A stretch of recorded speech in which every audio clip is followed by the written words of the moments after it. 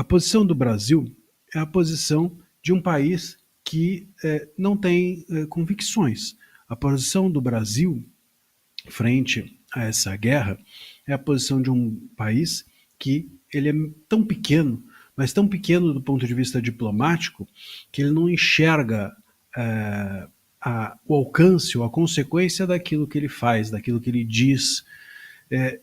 A gente se posicionar do lado do Irã, a gente falar da soberania do Irã, a gente legitima esse regime, que é um regime de opressão aos iranianos. Não existe soberania quando você submete o outro, não existe soberania quando você faz com que um país esteja sob o jugo de meia dúzia de líderes fundamentalistas, completamente autoritários e totalitários. Um país assim não é um país soberano. Não dá para pensar, por exemplo, que há soberania numa Alemanha fascista ou nazista.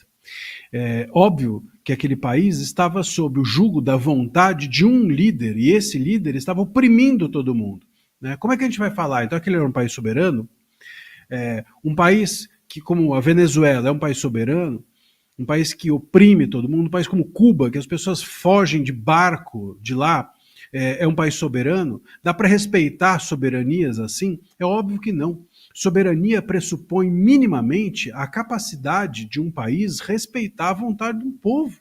Soberania é a representação do povo, porque a soberania não é só um território geográfico, a soberania não é apenas um pedaço de terra, a soberania é a cultura e a vontade da coletividade que se faz presente no governo. É isso que é soberania. A gente não pode entender que simplesmente você entrar num país viola-se a soberania.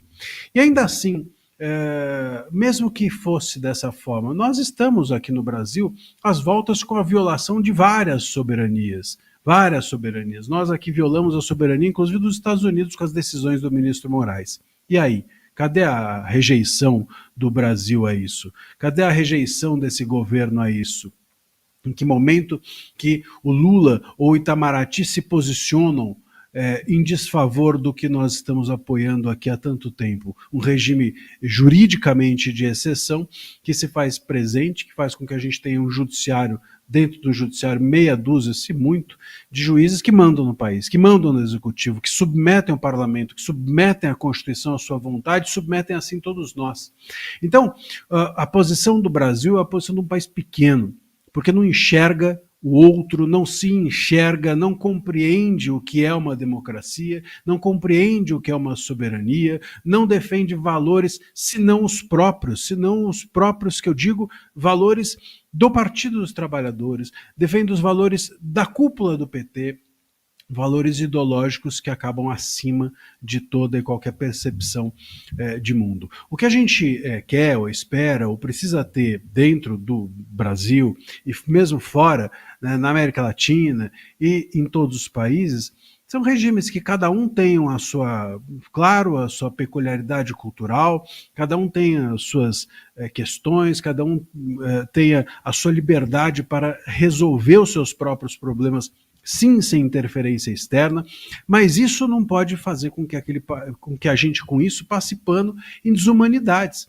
Porque se assim fosse, não existiria Tribunal Penal Internacional, se assim fosse, não existiria OEA, se assim fosse não existiria ONU, ONU, OEA, Tribunal Penal Internacional, e esses organismos, eles existem justamente porque se pressupõe que precise haver dentro do mundo um mínimo de democracia para que a gente chame aquilo de soberania. Mas o nosso Itamaraty, de joelhos para o governo Lula, assim como esteve de joelhos para o ministro Moraes, quando recebeu uma notinha lá do Departamento de Governo norte-americano, o nosso Itamaraty vem passar pano para o Irã, o Lula vem tuitar dizendo que o Irã tem de se respeitar a soberania, que os Estados Unidos quebrou tratados. Olha, Os Estados Unidos quebrou tratados, mas o Irã também quebrou tratados de não fazer bomba atômica. Esse também é um tratado internacional que não foi respeitado pelo Irã.